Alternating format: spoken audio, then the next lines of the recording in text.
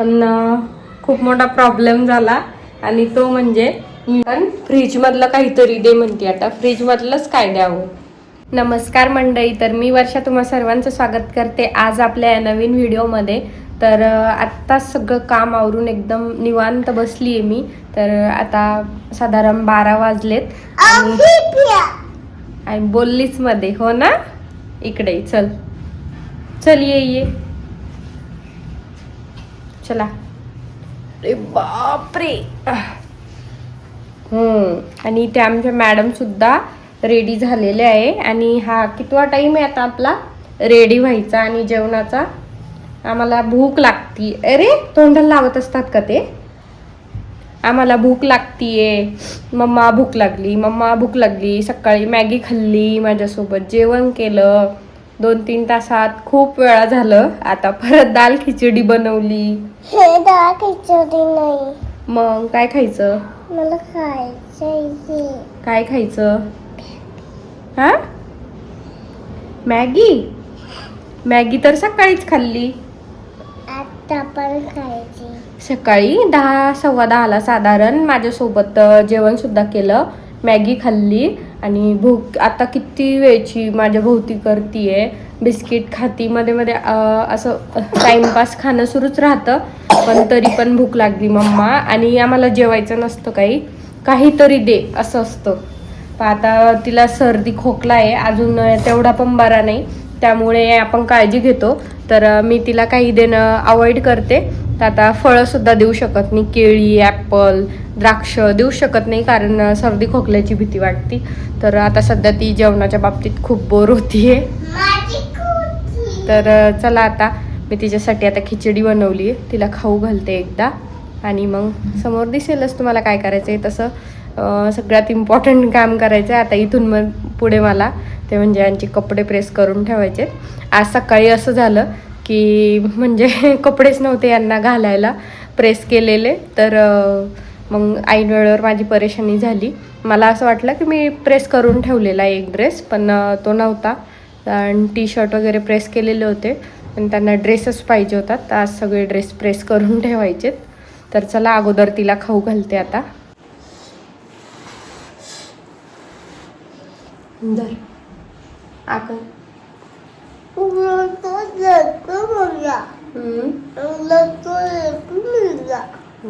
खातीये आता, रडून पडून का होईना खातीये. तिला खिचडीच खायची नसती, कायच करावं आता. खिचडी काय तिला आता सध्या जेवणाचे प्रकार नसते खायचे, काहीतरी वेगळं लागतंय नेहमी. आणि मोस्ट इम्पॉर्टंट फ्रीजमधलं काहीतरी दे म्हणते. आता फ्रीजमधलंच काय द्यावं. आता ती असं मागते म्हणून मी फ्रीजमध्ये सुद्धा काही आणून ठेवत नाही. चॉकलेट, आईस्क्रीम असं तर काहीच नाही आणत मी सध्या, कारण एवढी बिमार, ते एवढं भोगलंय ना हॉस्पिटल. 3 दिवस सारखे 3 दिवस हॉस्पिटल होते, त्यामुळे नको वाटते.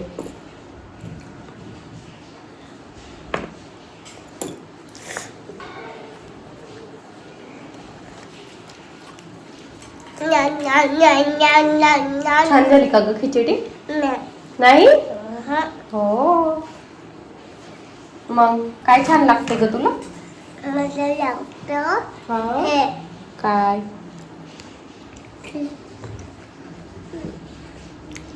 मला पूजासाठी अशी खिचडी अशीच आवडती ना.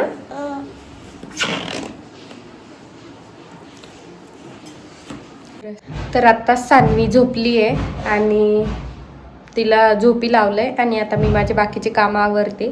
आणि रोजचं माझं असं होतं तिला झोपी घालताना, आता ती खाली झोपते तेव्हापासून असं होतं की तिला झोपी घालायच्या नादात मला झोप लागायला होती.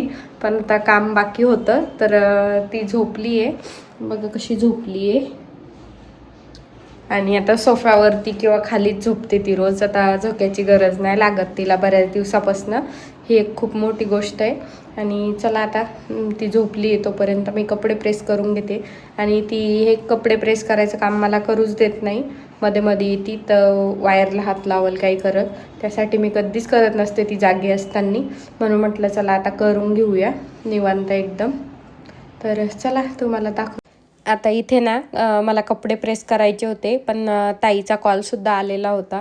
तर मी म्हटलं बोलूनसुद्धा घेऊया आणि कपडेसुद्धा प्रेस करून घेऊया, नाहीतर सानू मॅडम उठल्या की मग सगळंच जागेवर राहील.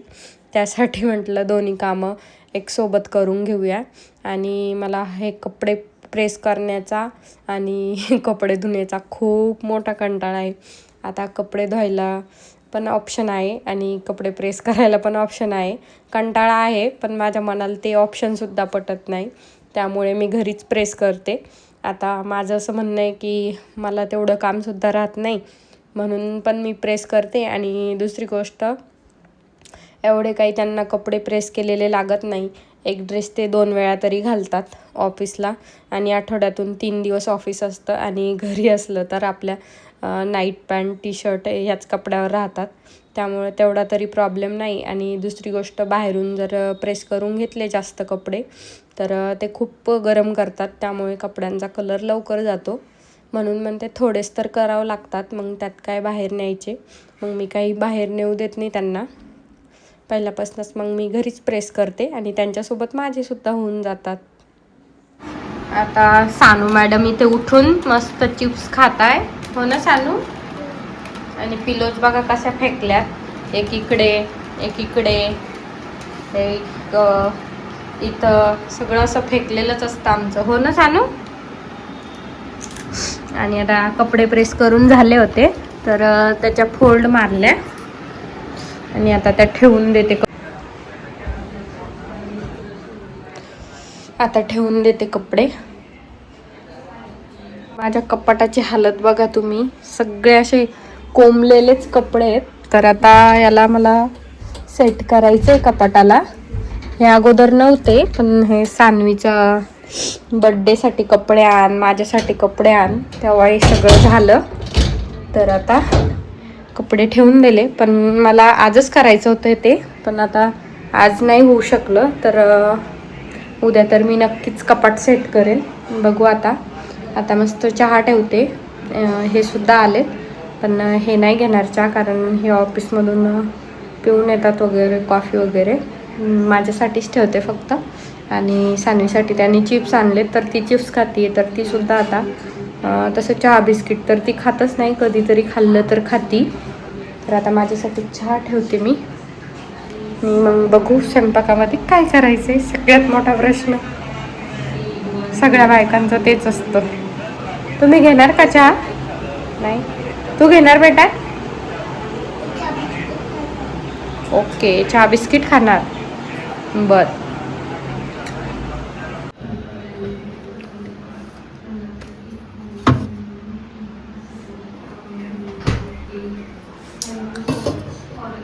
आता मी सकाळी साईडला काढून ठेवली होती. तूप राहिलं नव्हतं तर तूप बनवण्यासाठी, पण ती आज करणंच झाली नाही. आता मी खूप चहा घेतलाय, कारण माझ्या घशात खूप खवखवते. तर म्हणजे मी भरपूर अद्रक टाकली, म्हटलं थोडं छान वाटेल अद्रक टाकून जास्त चहा पिला तर. आणि लाईट्स लावलाय, कारण आमच्या घरामध्ये एवढा प्रकाश राहत नाही, नॅचरल प्रकाश. इथे लागूनच सगळ्या बिल्डिंग्स आहे, त्यामुळे मग मला लाईट्स तर लावावेच लागतात रात्रीला. आणि माझं गॅसचं असं झालं आहे की हे छोटंवालं बर्नर चालतच नाही आहे, म्हणजे नाच्याच बराबर आहे ते. चहासुद्धा लवकर होत नाही त्यावरती, असं झालं आहे. आता बघू, आता एकतर त्याला शेगडी नेऊन रिपेअर करून आणावं लागेल, नाहीतर मग टेक्निशियनलाच घरी बोलवावं लागेल. तर बघू आता. आणि यांच्या दोघांचे माझाच ब्लॉग बघणं सुरू आहे टी व्हीवर, सानूचा आणि तिच्या पप्पाचा. तर चला, आता मी चहा पिते मस्त निवांत, आणि मग नंतर स्वयंपाकच. एवढी छान भरपूर अद्रक टाकून चहा पिला ना, खूप छान वाटतं. आणि घशातली खवखव पण राहून जाते.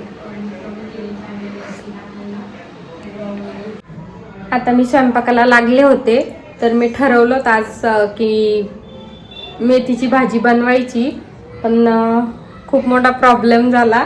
आणि तो म्हणजे मी मेथीची भाजी इकडं परतायला टाकली, तर त्यात सुद्धा मीठ टाकलं, आणि मसाल्यामध्ये सुद्धा मीठ टाकलं. आता दोन्हीमध्ये पण खूप जास्त मीठ टाकलंय. आता काय करावं मला प्रश्न पडलाय. आता खूपच घाईघाईत पचका झाला असंच म्हणू शकता. आता काय करावं तोच प्रश्न पडलाय मला. आता एक आयडिया सुचली आहे की मेथीची भाजी कमी टाकते भाजी बनवताना. बघू आता होते का. तर आज पहिल्यांदा असं झालं असेल की मसाल्यामध्ये पण मीठ आणि भाजीमध्ये पण मीठ. बघते आता ट्राय करून. नाही जमलं तर आता काय करू. दुसरं तर काही मला ऑप्शनच नाही सुचत आहे.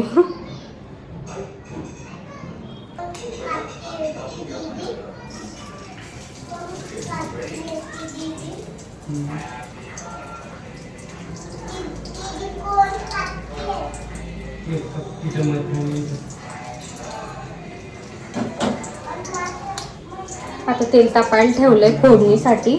आणि ह्या तेलाच्या बॉटल ना खूप छान आहे. अजिबातच तेल असं लीक होत नाही किंवा असं साईडला असा हे येत नाही तेलाचं. तर खूप छान आहे. तुम्ही सुद्धा घेऊ शकता.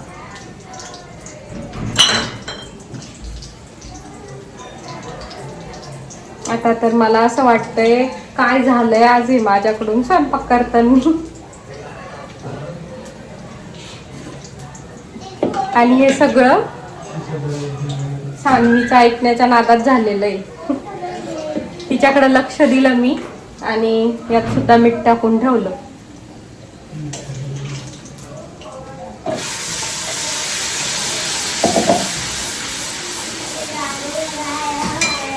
आणि भाजीचं असं आहे, मेथीची शेंगदाण्याच्या वाटणातली भाजी बनवते मी. तर यांना आवडतात अशी रशीची पातळ रशीची भाजी. मला आवडते मेथीची मुगाची डाळ टाकून बनवलेली भाजी. आणि यांना तिखट लागतं आणि सान्वीला फिक्कं लागतं. आता तिघांसाठी 3 प्रकार केल्यापेक्षा एक ॲडजस्टमेंट जुगाड तुम्ही काही पण म्हणू शकता तेच केलं. सकाळची छोलेची भाजी आहे तर भरपूर उरलेली आहे. तर म्हटलं मी ती खाईल थोडीशी, ती रशीची खाईल थोडीशी. तर मग मी माझ्यासाठी सुक्की नाही बनवत आहे. म्हटलं रशीचीच बनवूया. परतलेली थोडी साईडला ठेवून देते. आणि सान्वीसाठी फिक्की बनवण्यासाठी आता सगळी भाजीच मी फिक्की बनवतीये. मिरच्या कमीच टाकल्यात सगळ्या भाजीमध्ये. आणि जेवताना त्यांना वरतून तडका करून जेवायला देईल. त्यांना तसंही तो तडका, लाल तडका खूप आवडतो. फोडणीचा खोकला येतोय.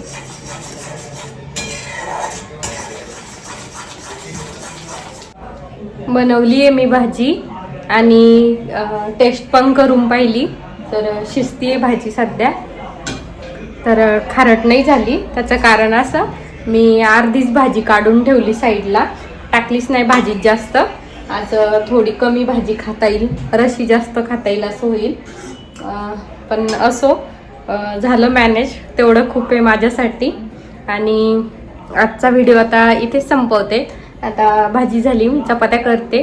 आणि असे छान छान व्हिडिओ पाहण्यासाठी आपल्या चॅनलला लाईक, शेअर आणि सबस्क्राईब करा. आणि भेटून अजून एका छानशा व्हिडिओमध्ये.